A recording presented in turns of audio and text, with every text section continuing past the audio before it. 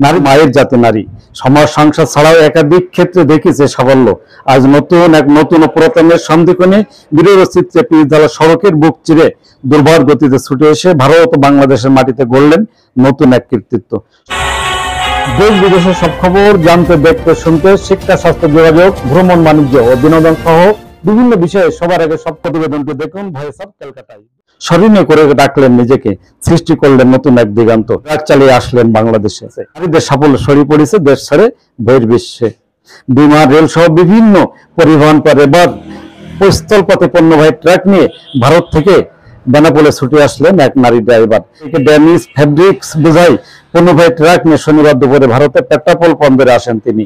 পরে বন্দরের কাগজপত্রের আনুষ্ঠানিকতা শেষে ট্রাক নিয়ে প্রবেশ করেন বেনাপোল বন্দরে। এর সময় নারী ট্রাক ড্রাইভারের আসার খবরে এক নজর তাকে দেখতে বেনাপোল গেটে ছুটে আসেন বন্দর ব্যবহারকারী বিভিন্ন শ্রেণীর পেশার মানুষ। স্বাধীনতার পরেই প্রথম ভারত থেকে নিয়ে বাংলাদেশে আসলেন এক নারী। এটা নতুন বলে জানান স্থানীয়রা।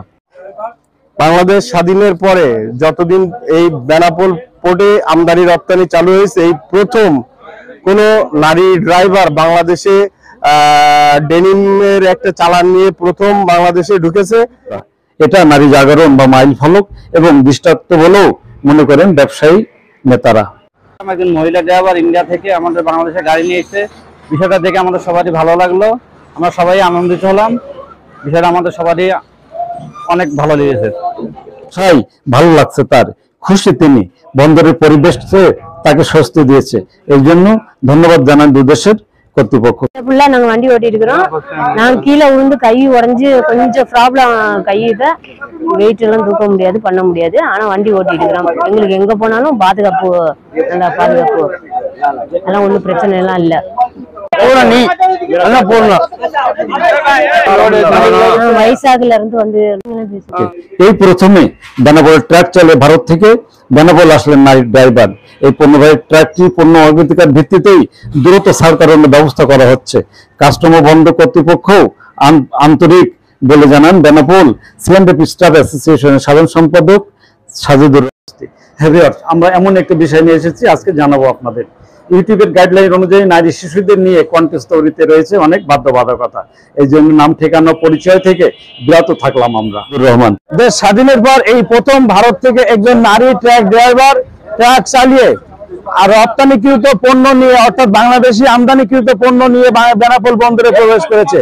এই গাড়িতে বাংলাদেশি ডেনিম ফেব্রিক্স আছে। এই গাড়িটি বেনাপোল বন্দরে আনলোডের পর এই ট্রাক আবার আজকে দিনের ভিতরে যাতে ইন্ডিয়ায় ফেরত যায় সে ব্যবস্থার জন্য আমরা সংশ্লিষ্ট সিএনডি প্রতিনিধিকে জানিয়ে দিয়েছি। তিনি বলেন অগ্রাধিকার ভিত্তিতেই এই পণ্য চালানটি ছাড় হতে পারে। অচিরেই কাজকর্ম চলছে বলে জানান তিনি। নারী ড্রাইভারের সাথে সরকারি একজন পুরুষ ড্রাইভারও এসেছে বলে জানান বন্দর পরিচালক রেজাউল করিম। নারী ড্রাইভারের বিষয়টি গুরুত্ব দিয়ে দেখছেন বন্দর কর্তৃপক্ষ। এই ট্রাকটি অতি দ্রুত সময়ে পণ্য খালাসের ব্যবস্থা করা হচ্ছে বলে জানান বন্দর কর্তৃপক্ষ।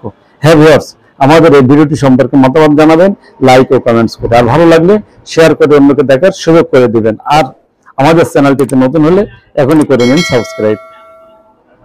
সব খবর জানতে, দেখতে, শুনতে, শিক্ষা, স্বাস্থ্য, যোগাযোগ, ভ্রমণ, বাণিজ্য ও বিনোদন সহ বিভিন্ন বিষয়ে সবার আগে সব প্রতিবেদনটি দেখুন ভয়েস অফ